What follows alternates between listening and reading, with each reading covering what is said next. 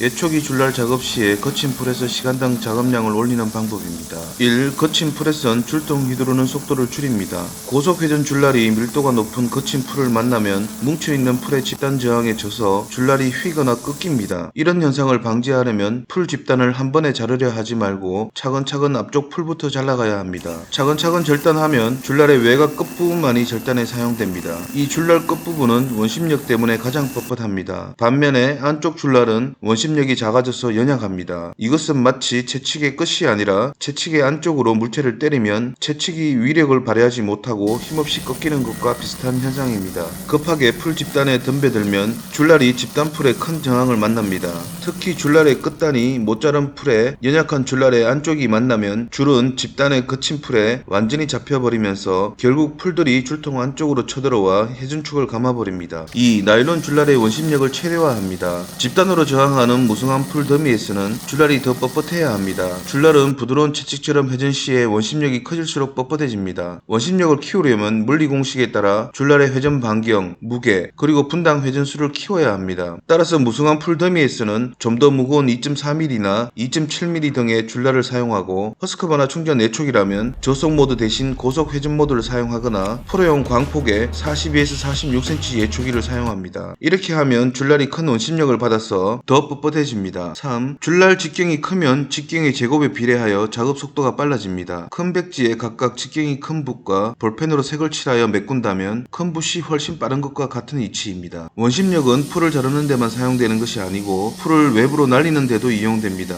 예초기에서 회전 줄날은 풀 조각을 직접 쳐서 날리는 원심력과 줄이 회전하면서 만드는 회전 바람에 의해 잘린 풀 조각을 외곽으로 날려야 합니다. 그런데 거친 풀에 함부로 덤벼들어 꺾여버린 줄날은 원심력이나 바람을 만드는 능력을 모두 상실하면서 안쪽 샤프트로 돌진하는 풀들을 막지 못하여 풀들이 회전 샤프트를 점령하게 됩니다. 4. 예초기 줄날 좌우 길이를 같게 해야 합니다. 예초기 줄날 절단 시에 실제로는 줄날 끝 1cm 미만의 길이만 절단에 사용됩니다. 내가 초속 1m의 속도로 줄통을 휘두르는 동안 일반적인 예초기 줄통은 1초에 100번 정도 회전합니다. 줄날이 정상적으로 풀을 절단하는 경우 계산에 의하면 줄날 선단의 1cm만이 풀 절단에 참여하고 안쪽 줄날은 절단에 사용되지 않습니다. 양 줄날 길이가 다르면 긴 줄날의 끝단만 절단에 사용하게 됩니다. 좌우 줄날 길이 편차가 1cm 이상 발생한다면 더 외곽을 도는 긴 줄날이 절단에 사용되고 안쪽 궤도를 도는 짧은 줄날은 절단에 별로 기여하지 못합니다. 그러면 작업 속도가 많이 떨어집니다. 또 좌우 길이가 다르면 회전 시에 긴 줄이 뻗은 방향으로 원심력이 더 커져서 줄날의 회전 진동이 심해집니다. 영상은 통돌이 건조기에서 밸런스가 안 맞으면 심한 진동으로 기계 전체가 좌우 상하로 흔들리는 모습을 보여줍니다. 이렇게 진동이 커질수록 내가 힘들어질 뿐 아니라 절단 줄날이 평면상의 정상 회전 궤도를 이탈하므로 절단 효율이 악화됩니다. 허스크바나의 줄통 바닥을 탁 두들기면 순간적으로 원심력에 의해 좌우 줄날이 줄통에서 동시에 일정 길이만큼 빠져나옵니다. 그 후 줄통 후방을 덮어주는 보호 커브 안의 면도칼에 의해 좌우 줄날이 잘려서 두 줄 길이가 일정해집니다. 5. 쇠날의 사용. 절단 직경이 25에서 30cm에 불과한 쇠날은 일반 풀에서 사용하면 40cm 이상의 광폭 줄날에 비해 작업 속도가 크게 떨어집니다. 하지만 거친 풀이 집단으로 저항할 때에는 쇠날은 줄날과 달리 쉽게 풀 저항에 의해 꺾이지 않습니다. 쇠날이 계속 회전하는 한 회전날의 원심력으로 풀들을 외곽으로 밀어내서 회전축이 풀에 감기는 현상은 덜 일어납니다. 따라서 줄날보다 빠른 속도로 쇠날을 휘두를 수 있게 됩니다. 날이 뒤로 꺾인 정도가 큰 4도날, 3도날, 허스크만의 3도날과 쟁반 4도날 등은 칼의 끝부분 절단각이 더 둔각으로 꺾여져 있어서 이곳에 맞아 잘리는 풀들은 좀 더 바깥쪽으로 밀려나갑니다. 따라서 내부 샤프트가 풀에 감기는 현상이 거의 사라집니다. 영상에선 2도날보다 날수가 2배 많은 4도날로 무성한 풀 집단 안으로 덤벼들어도 풀에 의해 감기는 현상이 거의 없음을 보여줍니다.